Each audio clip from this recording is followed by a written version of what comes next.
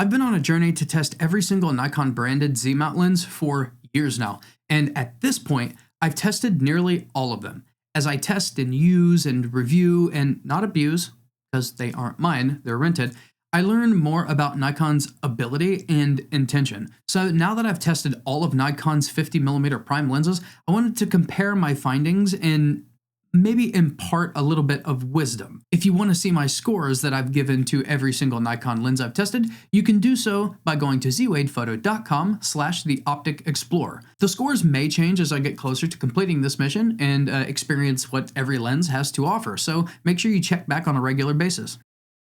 You have 4 options for Nikon branded 50mm prime lenses. Before I lay them out, you should know that Nikon is doing something a little bit different than everyone else and different from what history has defined. The standard practice for today is still the wider the aperture, the more expensive the lens and the more impressive and lust-worthy the optical performance is. Nikon did a paradigm shift and instead launched the Z system with its f1.8 primes as S-line lenses. That means they have all the good optical stuff in them: coatings, elements, optical design, etc., etc.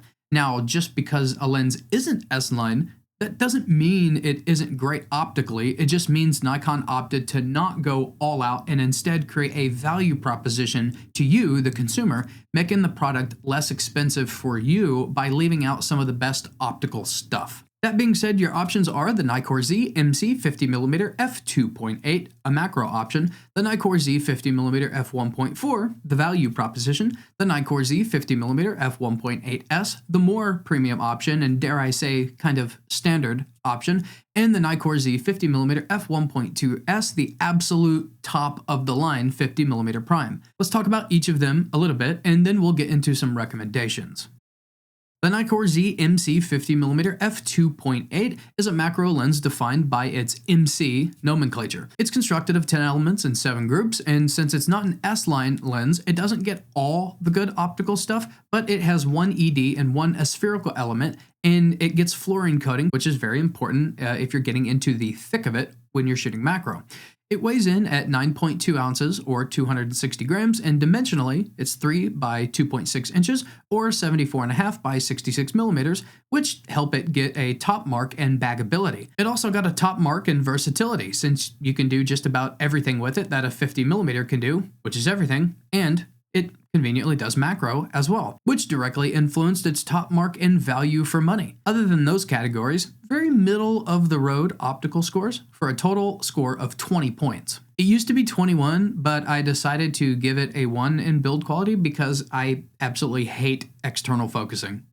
The Nikkor Z 50mm f1.4 is Nikon's cost-effective prime option. You get the small benefit of an f1.4 maximum aperture in exchange for the drawback of optical quality, unfortunately.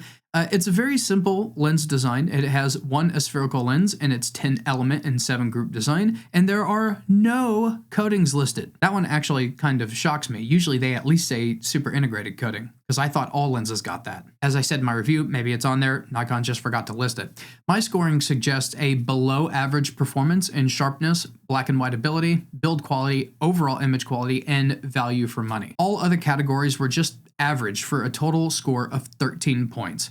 Don't be discouraged though, because I said it's not a bad lens, it just has some things that you'd expect out of a less expensive lens. The value for money score of 1 is only because of how incredible our next lens is.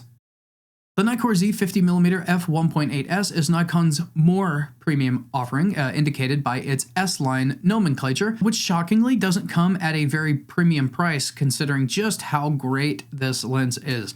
I'm on record saying this should be every new Z-mount camera owner's first lens for the Z-mount.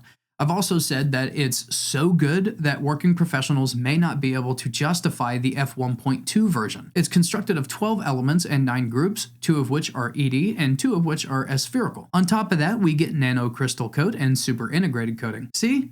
S-line.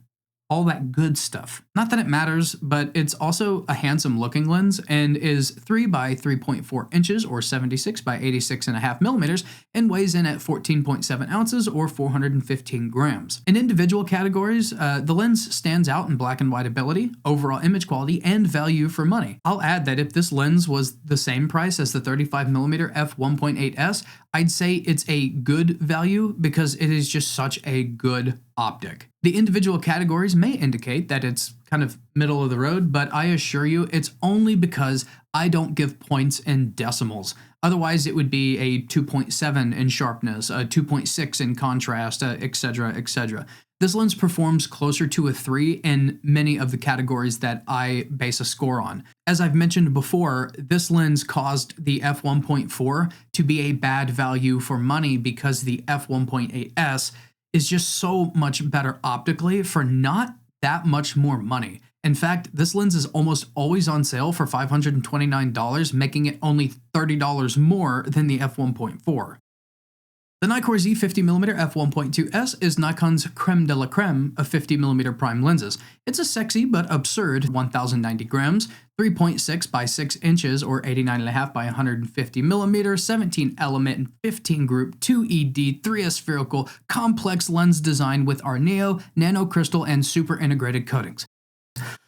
At the time of its release, literally the kitchen sink was thrown at it. This lens overperforms in almost every category, including contrast, color saturation, black and white ability, build quality, overall image quality, where it gets a rare 4 points, and the equally rare special look bonus. It only fails in one category, that's bagability. While you can expect a lens like this from Nikon, basically no compromises, to be a log, I personally find longer lenses more annoying to bag than fat lenses. This one is longer than others like the 85 1.2 and the Plena. That, however, should never be a reason not to buy a lens. The obnoxiously sized ones are usually worth it. I'll start with the MC 50mm f2.8. I actually don't recommend this lens for people who love macro. I'd recommend skipping it and just getting the 105 because it's way better optically and every millimeter in macro counts anyway. I recommend this lens for only a couple types of people. Those who just love shooting photography and want to do it all in one lens because they take lots of pictures of all kinds of different things whenever they go out. And secondly, beginners who have no idea what they want to do and will be experimenting with lots of different genres until they figure out what they are passionate about. Fact is, this lens will do everything except sports and wildlife. You can experiment with portraits, macro, street, landscape, so on and so forth until you realize what your likes are and then move in that direction with your next lens purchase. Now with the 50mm f1.8s, I think this lens is the first lens someone coming into Nikon mirrorless system should get if they actually have shot photography before. It is a very good representation of what Nikon Z-mount lenses can do, and it happens to be way underpriced for how it performs. This is definitely a lens you can use until it dies. It never actually needs to be upgraded from to something else. Beyond that, if you're a working pro where cost analysis is a lot more important than it is for a hobbyist or artist, who probably aren't making money anyway, this is the option, period. Basically, if you don't have this lens and you use 50mm sometimes, even if not often, this lens is for you. The 50mm f1.4. Who's it for? Well, I actually don't think it's for anyone really, even the budget-conscious beginner or hobbyist, and that's because I think Nikon missed the mark on the price. It's very close at full price to the f1.8s, which is not just a little better, but a lot better.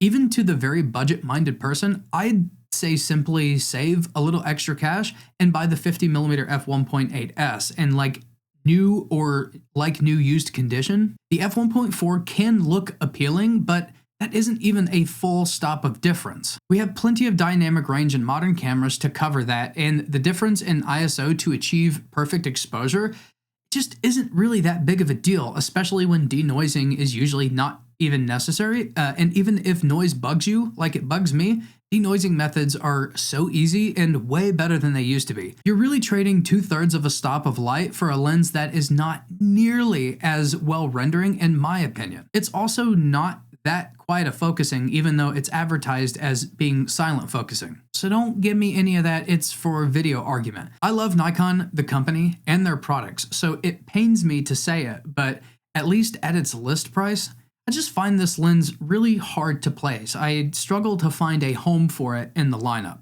It's not bad, it's just not that good. And compared to the f1.8, it sucks in comparison, in my opinion. If this lens was much cheaper, or if Nikon just sold the 50mm f1.8s at the price that it deserves to be sold at, based on its optics, I'd have a totally different opinion on the f1.4. The 50mm f1.2s. This was my favorite lens of all time until I got my hands on the 85mm f1.2s. However, this lens still sees more action than all of my other lenses combined because of the versatility inherent in the 50mm focal length. It is by far the most beautiful rendering of the 50mm lenses mentioned here today, by a large margin too. It just looks different.